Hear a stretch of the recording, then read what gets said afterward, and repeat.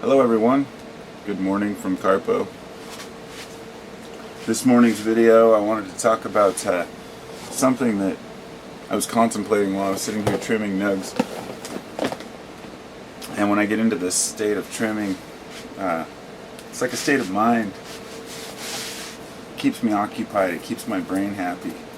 It's work, but it's work that I enjoy doing. Maybe it's work that I force myself to enjoy doing.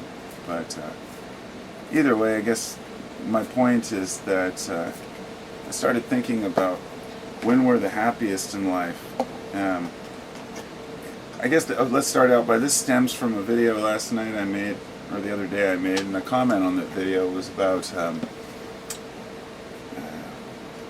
just from one of my subs, something along the lines of that we're here to experience, and have moments.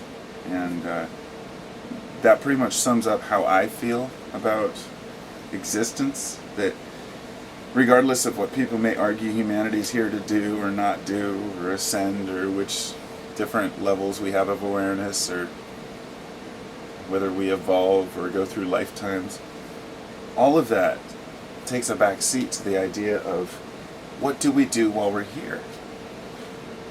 It's irrelevant.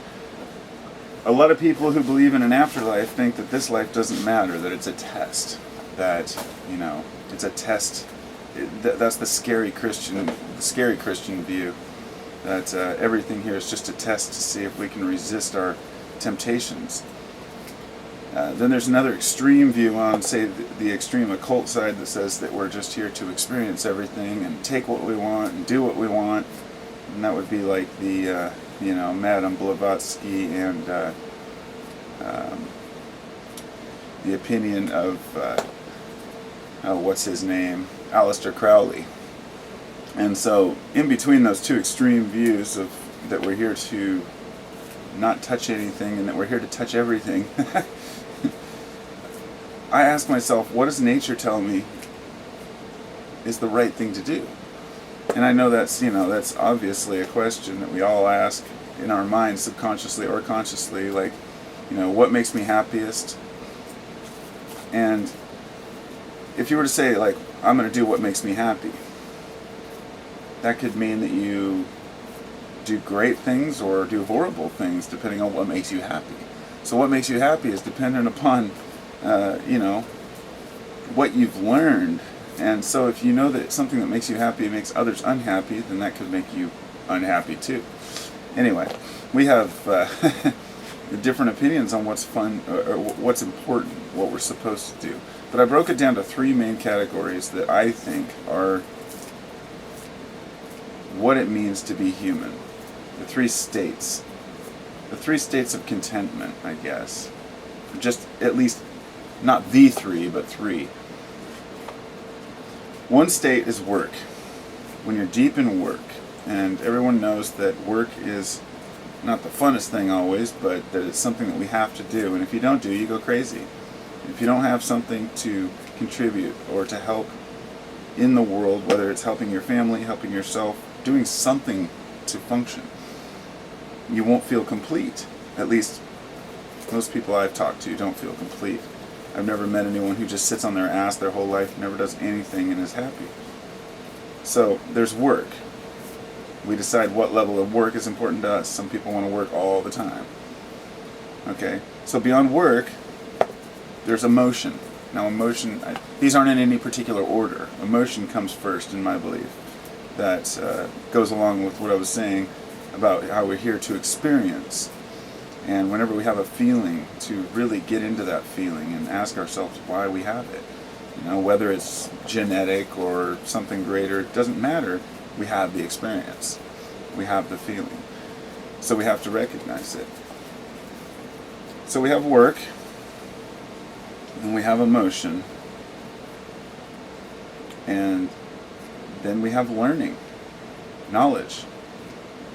That would be the along the lines of growth. If you subscribe to the idea that we're here to grow, to learn, learning is an important part of that growth. And I don't mean just learning book smarts, obviously, because if you look back at what you would call a university, in the days of the mystery schools, and the university was there to teach you about the universe. It was it was writing, it was astronomy, it was astrology, all these different mathematics and the understanding of the universe on a deeper level to the best they could. But learning was very important in ancient times, and it was never about the knowledge itself. That was the one thing that I learned over the years, is that these people weren't trying to be smarter than anyone or to have one up. Put it this way, today when you learn a lot in school, and go to a college, try to get a career, it's to get a career. It's to know more so you can make more money. Not always, but often. And there were times when learning more had nothing to do with money whatsoever. It had to do with the experience of knowing. Because with that knowing comes a better way of living. You seldom see wise old men that are suffering. Why? Is it because they choose not to suffer? Or is it because they've learned how to avoid suffering by making better decisions based on that wisdom? So we have our experiences, our emotions, our work, and our knowledge. So I guess there's 4. And with the experiences come the emotions. For example, I'm sitting here trimming this bud. It's Durban poison. It smells fantastic. Just absolutely love it. I adore it. When I first started, I might dread coming in here to do this because it takes forever. But I know that the end result is going to be worth my efforts. And that's the key, is to know that the end result is worth your efforts. And I think this is where society is falling short. We can spend our own time thinking and gaining wisdom, and nobody can take that away from us.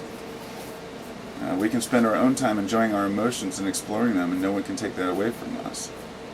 But our satisfaction in work, that's something we have to find ourselves. I've never felt like I contributed enough in my life to the world around me, and I'm still trying to fulfill that, help. The very reason I volunteered, like when I went to Burning Man, is because I wanted to help, not because I wanted to have recognition or make anything, but because other people help, and I see that that's how we make things work. So, in that volunteer aspect of humanity is one of the things that really sets us apart, that altruism.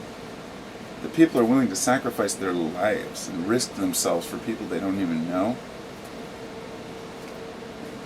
And that altruism comes from the understanding of each other, that each life is just as important, and maybe more so.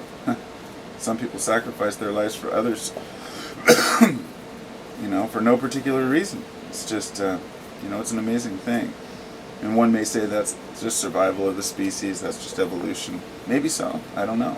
But the point being is that if you set aside why we do the things we do, and we leave the argument behind about, which gods or which beliefs are right, and just say, what can we observe in this universe? Then we can learn to observe that we have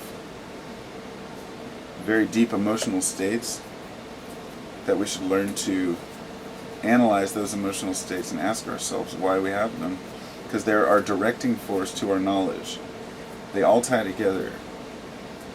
The emotions direct us to the knowledge, which directs us to the awareness, I guess. How would I put that? The emotion drives us to the knowledge, which helps us to live better and work better with that knowledge. So they all tie together.